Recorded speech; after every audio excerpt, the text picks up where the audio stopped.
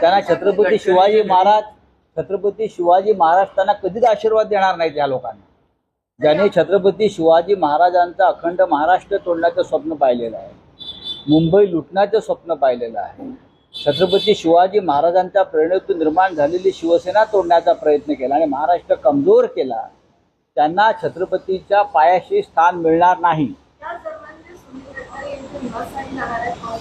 नाही बघा, असं आहे की ज्यांच्या प्रेरणेतून गद्दारीची बीजं रोवली त्यांच्या घरी जर जाऊन कोणी जेवणार असेल ते स्वागत आहे.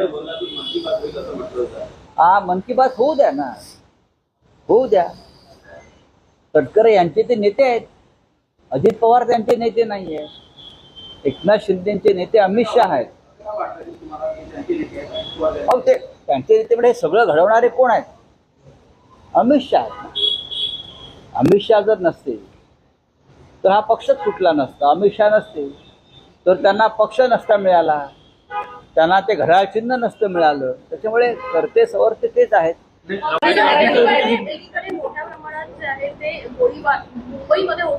नागपूरला होत आहेत, संभाजीनगरला महिलांच्या शरीराला स्पर्श करून थेट तरुणाईने जाताना बघायला मिळते. अशा पद्धतीने बघा, ती बहुतेक ती पाहण्यासाठीच अमित शहा महाराष्ट्रामध्ये येत आहेत.